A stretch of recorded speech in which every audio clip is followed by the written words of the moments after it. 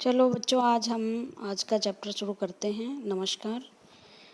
एक चार्ट आपके सामने दिख रहा है जिसमें डिफरेंट डिफरेंट लोग हैं और वो कैसे अपनी ड्रेसेस पहनते हैं, कैसे प्रे करते हैं। जैसे different way in which people pray, किस तरीके से लोग प्रार्थना करते हैं। आपने फिल्मों में, सीरियल्स में या डेली लाइफ में देखा होगा। जैसे हमारे यहाँ भजन या कीर्तन होता है या हम सुबह सुबह प्रार्थना करते हैं भगवान की। मुस्लिम जो हैं वो कुरान पढ़ते हैं, प्रेयर करते हैं। क्रिश्चियन जो हैं वो ईश्वर के सामने, जीसस के सामने प्रे करते हैं। Different way in which people get married, कैसी शादियाँ होती हैं। जैसे हिंदुओं की मैरिज जो है 7 फेरे होकर होती है। मुस्लिम्स की जो है वो कबूल कह के होती है। पंजाबियों की किसी आनंद कारज जैसी एक रस्म होती है, उससे होती है। इस तरह डिफरेंट ड्रेसेस तो आपने बहुत, जैसे स्कूल में भी एक्टिविटीज़ होती है। कोई मणिपुरी पहनता है, कोई राजस्थानी, कोई पंजाबी ड्रेस पहनता है, कोई हरियाणा का दामन पहनता है। ठीक है, इस तरह से अच्छा लगता है ना। और people greet to each other, greet मैंने एक दूसरे से कैसे वो नमस्कार करते हैं। जैसे हिंदू नमस्कार करते हैं, नमस्ते करते हैं, सत श्री अकाल, या अल्लाह हाफिज़ या खुदा हाफिज़, अस्सलाम वालेकुम। इस तरह से बहुत सारे तरीके हैं। गुड मॉर्निंग है, गुड नाइट है, इस तरह से बहुत सारे तरीके हैं। केम छो। तो इस तरह से different way of people cook rice, भिन्न भिन्न तरीके के राइस, चावल पकाने के होते हैं। जैसे कि इन्होंने बिरयानी दी हुई है, बड़ी फेमस डिश है ये भी, वेजिटेबल और मीट से बनती है। पुलाव बनता है। ठीक है, तो इस तरह से आप नेट से सर्च करके इस तरह की टेबल पूरी कर सकते हो, बड़ी इंटरेस्टिंग होती हैं। तो उसके बाद often they went to search of in new lands. तो कल मैंने बताया था कि जो लोग हैं एक देश से दूसरे देश, एक शहर से दूसरे शहर, एक गांव से दूसरे गांव में जाते हैं तो वो अपने साथ में कल्चर वगैरह लेकर आते हैं। और वो कल्चर जहाँ जाते हैं उसमें मिक्स हो जाते हैं। वहाँ के रहने वाले लोग उन्हें स्वीकार करते हैं और वो उनको स्वीकार करते हैं। जैसे जैसे मुस्लिम संस्कृति भारत में आई तो पर्दा प्रथा हमारे यहाँ शुरू हुई, या और बहुत सारी चीज़ें हैं। मतलब रंग बदलते हैं संस्कृति के। And because it took a so long travel, once they go to place people stayed there. लंबी यात्रा के बाद वो एक स्थान पर रुकते हैं। Often for a long time, काफ़ी लंबे समय तक। Many other left their homes, कई अपने घर छोड़ देते हैं। Because there were famines and drought, या सूखा हो जाता है काम काज की तलाश में, या अकाल पड़ जाते हैं। And they could not get enough to eat, उन्हें खाने के लिए पूरा नहीं मिलता। Some went in the search of walk while other left because there was a war. मतलब कई कारणों से माइग्रेशन होती रहती है। जैसे दिहाड़ी मजदूर, बिहारी मजदूर आते हैं जिनकी समस्या सबसे ज़्यादा बनी हुई है घर पहुंचने में। हमारे बहुत सारे जो लोग हैं अच्छी डिग्रियां लेकर वो यूरोपियन देशों में, अमेरिका में, कनाडा में बसने के लिए चले जाते हैं, ऑस्ट्रेलिया में। और इस तरह से, या जो गरीब देशों के लोग हैं वो अमीर देशों की तरफ, या उन स्थानों पर जहाँ रोजी रोटी के साधन नहीं है वहाँ चले जाते हैं जहाँ रोजी रोटी के साधन होते हैं। तो इस तरह से जो है संस्कृति, लोगों का आदान प्रदान होता है, लोगों की मूवमेंट होती है, तो संस्कृति की मूवमेंट होती है। Some time as they begin to make their homes in new places, कई बार उन जगहों पर अपना घर बना लेते हैं। People begin to change a little, और लोग धीरे धीरे बदलते जाते हैं। And at other times they manage to do things in the old ways, कई चीज़ें होती हैं। या तो वो जो जहाँ आए हैं वहाँ की चीज़ें अपना लेते हैं, लेकिन कई चीज़ें वो अपनी पुरानी भी रखते हैं। तो होगी ना नई संस्कृति, पुराने कुछ रीति रिवाज भी हैं और नए भी कुछ हैं। सो देयर लैंग्वेज, उनकी भाषा, food, music, religion become a mix of old and new, नए पुराने का मिक्सचर हो जाता है। and out of this intermixing culture come different new and different। देखो एक छोटा सा एग्जाम्पल मैं हरियाणवी संस्कृति का देती हूँ। रेडियो में कभी आपने रागनियाँ सुनी हो, मांगे राम या लक्ष्मी चंद की, इस तरह की रागनियाँ आज मतलब गाते हैं तो लोग बहुत कम गाते हैं। एक डिफरेंट कल्चर का हरियाणवी सॉन्ग डांस आ गए हैं, जो शादी ब्याह या डीजे पर बजते हैं। उनमें कुछ धुन तो पुरानी होती है, लेकिन कुछ धुन जो है पंजाब वगैरह से ली हुई या हमारे ही किसी क्षेत्र की भाषा होती है। तो इस तरह से डिफरेंट चीज़ें हमारे कल्चर में प्रवेश कर जाती हैं। The history of many places show us how many different culture influence have helped to shape life and culture there। और किस तरह से हिस्ट्री बताती है कि किस तरह से हमारी डिफरेंट जो कल्चर है वो इन्फ्लुएंस करती है और हमारी लाइफ का डिजाइन जो है या कल्चर बदल देती है। Thus regions become very diverse. और इस वजह से हर क्षेत्र एक दूसरे से अलग होता है। साड़ी पहनने के तरीके भारत में अगर आप जाओगे तो भिन्न भिन्न हैं। बंगाल में और किस्म से साड़ी पहनी जाती है, उत्तर प्रदेश में और किस्म से पहनी जाती है, महाराष्ट्र में धोती टाइप पहनी जाती है। तो इस तरह से अलग अलग तरीके हैं। Similarly diversity also come about when people adopt their lives to geographical area in which they live. और कई बार ये संस्कृतियों में प्रवाह तो होता ही रहता है, उसके साथ साथ जैसी ज्योग्राफी होती है उस प्रदेश की, वैसे ही वहाँ के लोग अपने आप को ढाल लेते हैं। देखो जैसे बहुत सारे विश्वत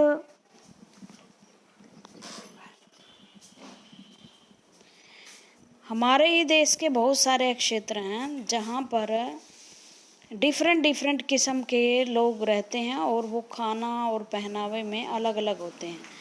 और उनकी ज्योग्राफिकल जो है चीज़ें वो इस कारण से क्या है, ज्योग्राफी अलग है, इस वजह से उनका क्या है, पहनावा भी अलग है। आपने कभी लद्दाख के व्यक्तियों को देखा?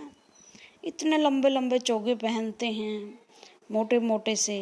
क्यों? क्योंकि लद्दाख जो है भारत के यहाँ पड़ता है और यहाँ पर हिमालय पर्वत की रेंज है जो सबसे हाईएस्ट रेंज है, अपर रेंज है।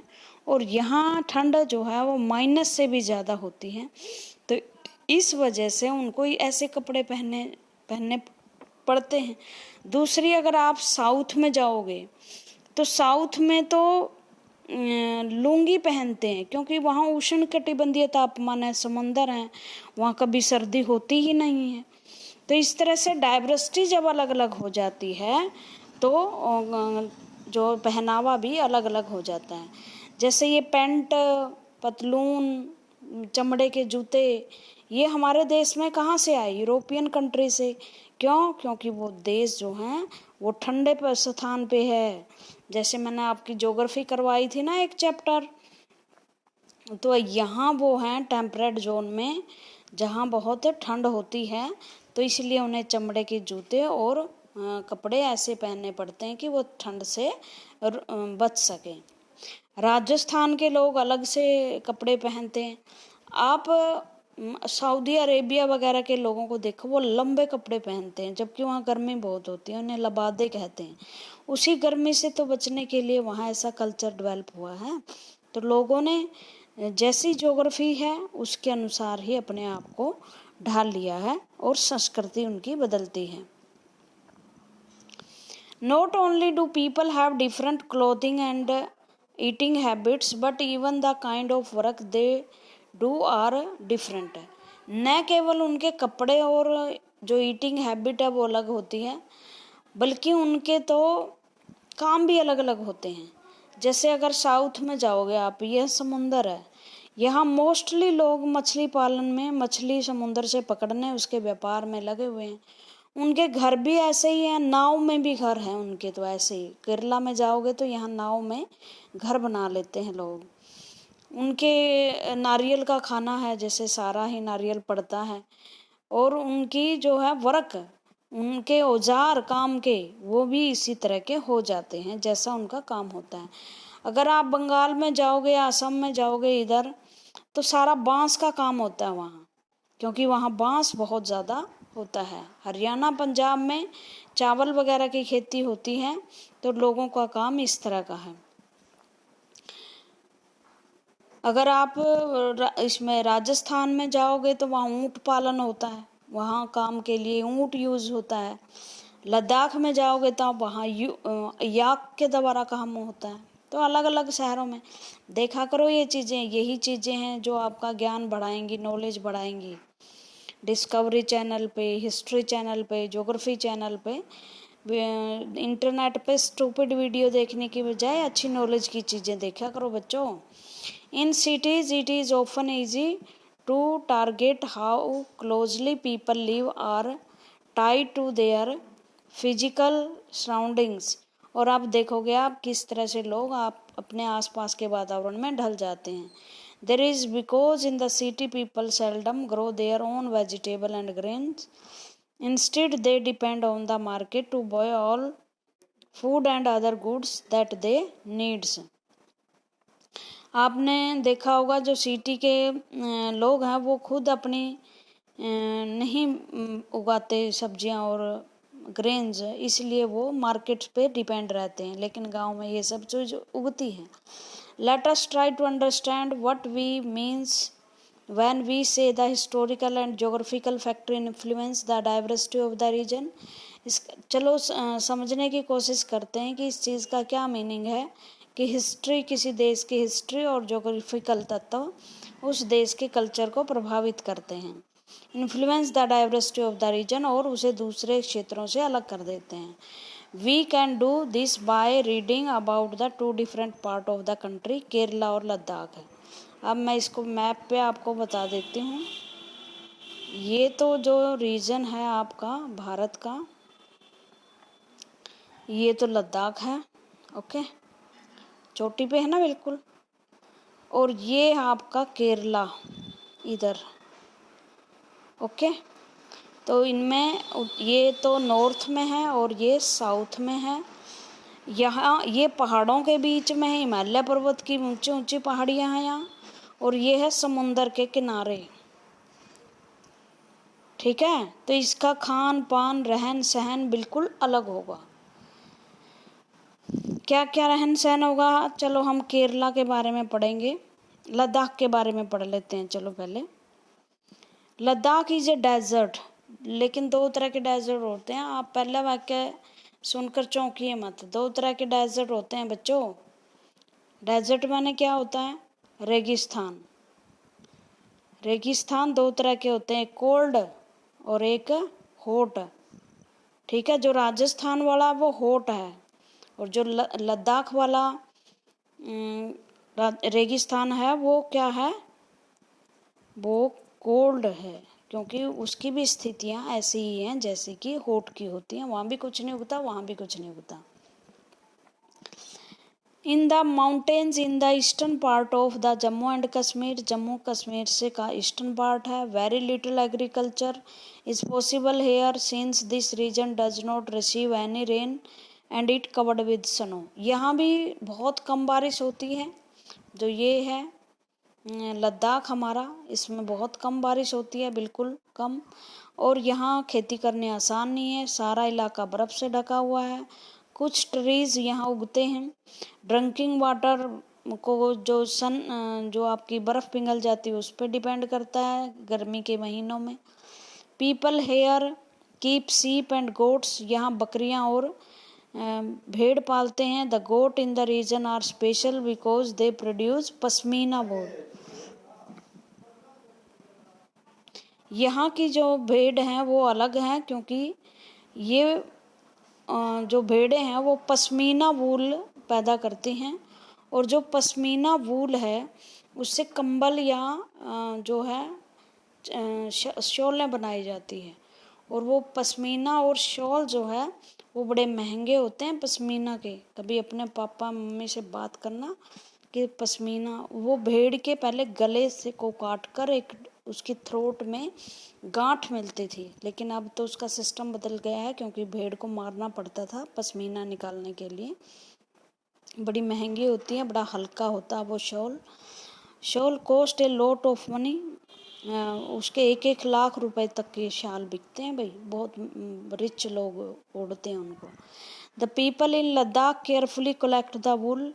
जो लद्दाख के लोग हैं वो बड़े केयरफुली उस वूल को इकट्ठा करते हैं भेड़ों की, and sell to the trader of from Kashmir. Kashmir के जो ट्रेडर आते हैं वह बेच देते हैं। और यही मतलब जो भेड़ों की ऊन से पश्मीना शॉल बनते हैं वो ज़्यादातर कश्मीर में बुने जाते हैं।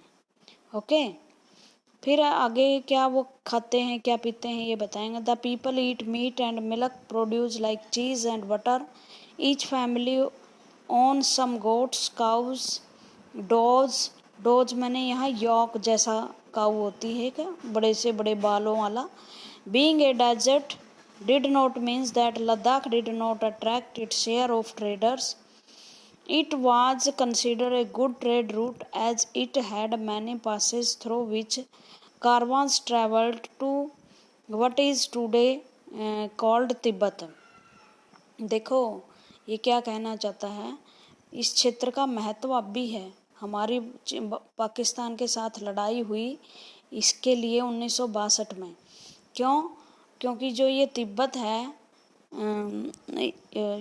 इधर तिब्बत है, चाइना ने अब कब्जा जमाया हुआ है इस पे, इस क्षेत्र पे, क्योंकि चाइना की सीमा लगती है हमारी। अब ये तिब्बत जो है, ये जो इलाका था अब चाइना ने अपने अंडर में ले लिया। तो यहाँ बहुत सारे दर्रे हैं और इन दर्रों से होकर जो व्यापारी थे वो साउथ ईस्ट एशिया के देशों में और चीन में जाया करते थे। कारवां में जब कई ट्रेडर मिलकर क्या है व्यापार करने के लिए जाते हैं। ठीक है। What is today called Tibet को अब तो चाइना के क्वाड में आ गया है ना अब तो।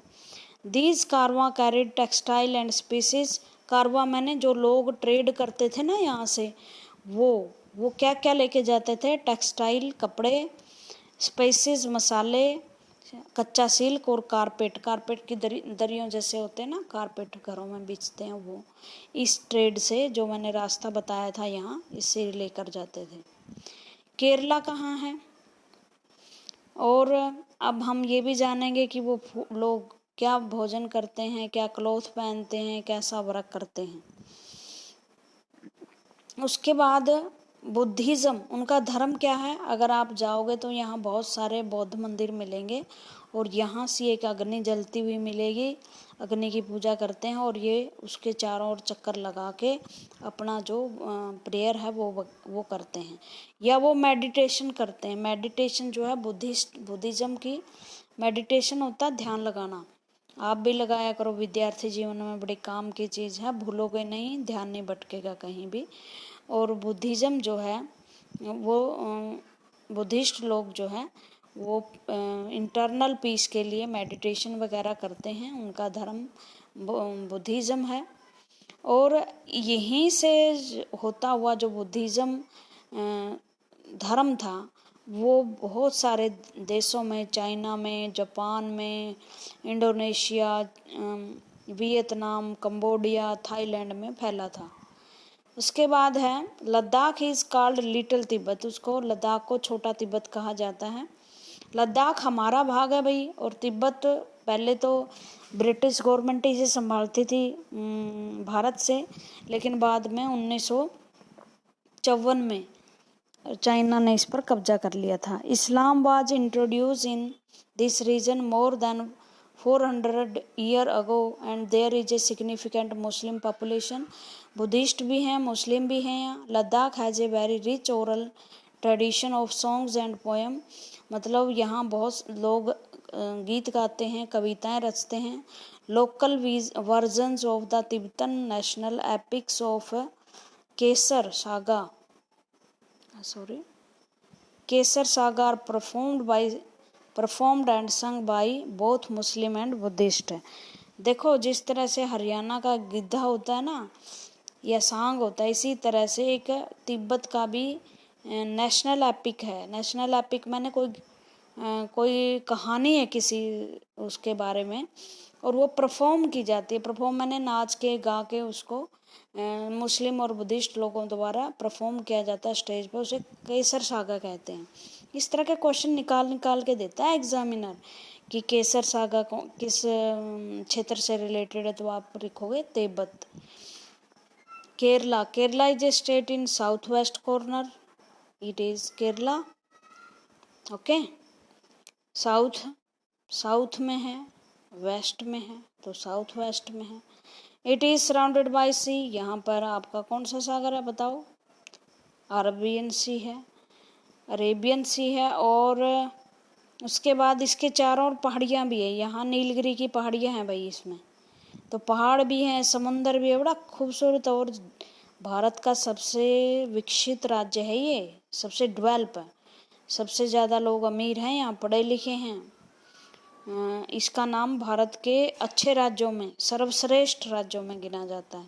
ए नंबर ऑफ स्पाइसेस, यहाँ मसाले बहुत उगते हैं, और मसालों में जैसे पेपर, काली मिर्च जिसे बोलते हैं, clove, cardamom and grow on the hills. लौंग, इलायची जो इसकी हिल्स हैं, वहाँ नीलगिरी की पहाड़ियाँ हैं, उन पर उगती हैं। It is spices that made this region 2000 years ago. He is a credit with bringing Christianity to India.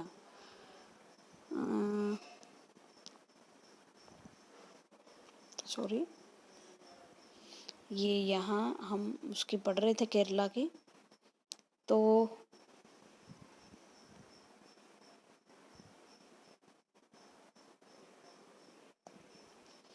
Christian यहाँ आए थे।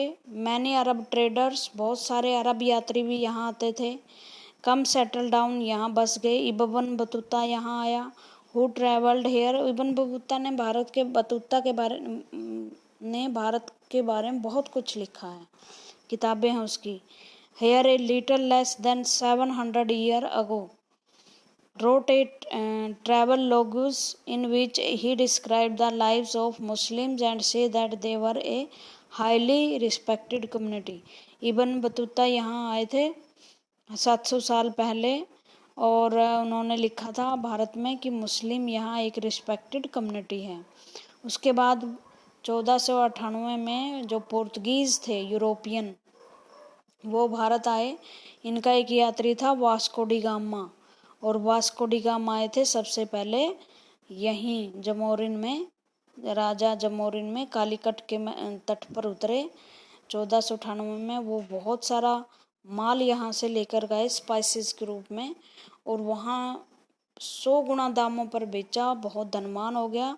तभी तो अंग्रेज़ और दूसरे व्यापारी भारत में आए, और तभी उनको लगा कि भारत को आसानी से लूटा जा सकता है। भारत की 17वीं-16वीं शताब्दी में जीडीपी जो है वो सारे, जीडीपी का मतलब होता है टोटल इनकम, हमारे पास पैसे सारे वर्ल्ड में सबसे ज़्यादा थे। ठीक है, जो केरल है वो अट्रैक्टिव प्लेस है ट्रेडर्स के लिए। जूइश मैंने होते हैं यहूदी, एक धर्म है, बहुत सारे धर्मों का जिक्र होगा भाई, ये आ लिया ना, हिंदू है, मुस्लिम है, जूइश है, बुद्धिस्ट है। Arab trader were the first to come here. The epistle of Christ saint Thomas is believed to come here nearly because all these various historical influence people in Kerala practice different religions such as Judaism, Islam, Christian, Hinduism and Buddhism. इतने लोग रहते हैं केरला में। ये पूछा जा सकता है किस किस धर्मों के लोग रहते हैं। असल में तो भारत में, सारे भारत में रहते हैं बहुत सारे धर्मों के लोग। भारत की धरती एक ऐसी धरती है जिस पर जो आया वहीं का होकर रह गया। The finishing nuts using her look exactly like the Chinese flashing nuts and called चीना वाला। जो फिशिंग नट्स होते हैं ना, जाल, मैंने बताया था ना, मछली पकड़ने में लगे हुए हैं, जाल फेंकते हैं, वो सिर्फ चाइनीस लोगों जैसी हैं, जैसे चाइनीस लोग मछली पकड़ने के लिए जाल बिछाते थे, इसलिए इसको चीना वाला कहा जाता है। Even the utensil used for frying is called चीना चट्टी। जो बर्तन मछली को पकाने के लिए लाए जाते हैं उसे भी चीना चट्टी कहा जाता है। It is believed that the world Cheen could have come from China. और कहा जाता है कि ये शब्द जो चीन से आए थे, मतलब बाहर की चीज़ें हमारे देश में काफ़ी मिलती हैं। अरे जो आप घर में अलमारी बोलते हो वो फ्रांसीसी वर्ड है। इस तरह से आप ड्रेस, यूनिफॉर्म, ड्रेस, कपड़े लत्ते जो भी बोलते हो बाहर के शब्द हैं। The fertile land and the climate are suited to growing rice and majority of people here eat rice, fish and vegetable. ये 3 खाने हैं उनके, क्योंकि उनकी जो कंडीशन है, ये तीनों चीज़ यहाँ लोग रहते हैं। चावल भी यहाँ उगते हैं, सब्जियाँ और फिश, मछली भी यहाँ खूब मिलती है। देखो ये एक त्योहार है जहाँ नौका रेस होती है और इस नौका रेस में बहुत सारे लोग जो हैं बैठ के जीतते हैं। While Kerala and Ladakh are quite different in terms of their geographical feature, the history of both regions have seen similar culture influence. Both regions were influenced by Chinese and Arab traders. दोनों की culture अलग अलग लगते हैं, geography अलग है, लेकिन ये बाहर के ट्रेडर से ये भी प्रभावित हैं। देखो क्यों प्रभावित है मैं बताती हूँ आपको। ये भारत का साउथ है और ये भारत का है उत्तर। सॉरी,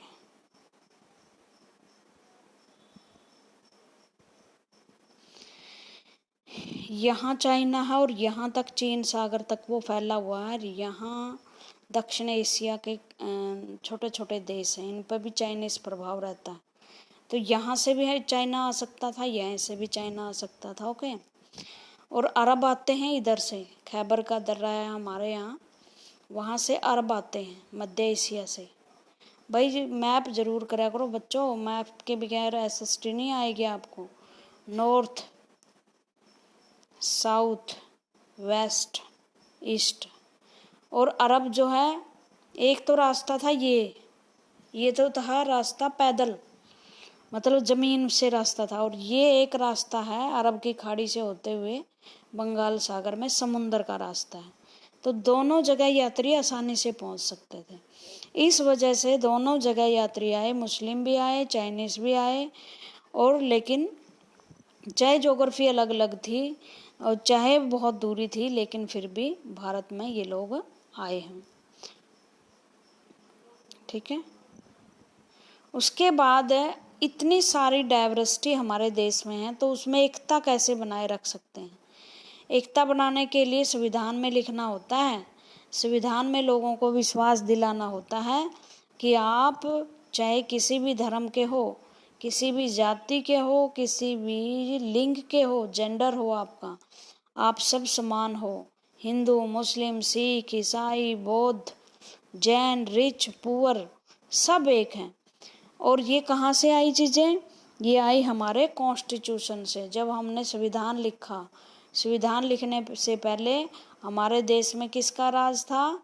ब्रिटिश का, अंग्रेज़ों का। और ब्रिटिश हमारे ऊपर अत्याचार करते थे, कभी हमें धर्म के नाम पर लड़वाते थे, जिससे कारण हमारा देश के टुकड़े हुए, एक पाकिस्तान बना, एक हिंदुस्तान बना। और जब भारत के लोग आज़ाद हुए, सबने मिलकर इकट्ठी लड़ाई लड़ी अंग्रेज़ों के विरुद्ध, तो लोगों को पता था कि अब हमें अपना एक कानून लिखना है और इस कानून के अनुसार हमें क्या करना है, सभी को समान अधिकार देने हैं। और इस तरह से देखो आज़ादी की लड़ाई है, और इस दिन हमने आज़ादी पाई थी। नेहरू जी खड़े हुए हैं, झंडा फहराया गया था। अच्छा, आज़ादी कब मिली थी बताओ? 15 अगस्त 1947। हर साल आप 15 अगस्त को इंडिपेंडेंस डे के रूप में तो मनाते हो। फ्लैग होस्टिंग होती है आपके स्कूल में, तो वो इसीलिए है क्योंकि उस दिन हमारे देश से अंग्रेज चले गए थे। और अब हमारे देश के सारे निर्णय हम अपने आप कर सकते थे। और इस वजह से नेहरू ने कहा था कि हम चाहे हमारे देश में कोई कैसा ही धर्म मानता हो, कैसा ही विश्वास रखता हो, कैसे उसके रीति रिवाज हो, हमारे देश में यूनिटी इज डाइवर्सिटी रहेगी, एकता में एकता रहेगी। चाहे हम अनेक तरह के भिन्न भिन्न संस्कृतियों वाले, भिन्न भिन्न क्षेत्रों वाले, भिन्न भिन्न भाषाओं वाले लोग हैं, कपड़े अलग पहनते हों, फिर भी हम फर्स्ट ऑल क्या हैं, हम इंडियन हैं। और हमारा एक गाना गया था, आपको पता है, जन गण मन, ये हमारा नेशनल एंथम है। किसने लिखा था? रविंद्रनाथ टैगोर ने लिखा था। और ये वही बताते हैं कि सारा भारत एक है, चाहे वो मराठे हों, चाहे वो उड़ीसा हो, चाहे गुजरात हो, चाहे बांग्लादेश बंगा हो, मतलब बंगाल हो, चाहे गंगा यमुना का प्रदेश, हरियाणा, पंजाब, राजस्थान, यूपी हो, ठीक है, फिर भी हम एकता में अनेकता में एक हैं। ये आपका चैप्टर था। Thank you very much. जहाँ से समझ में नहीं आए दोबारा से पॉज कर लेना।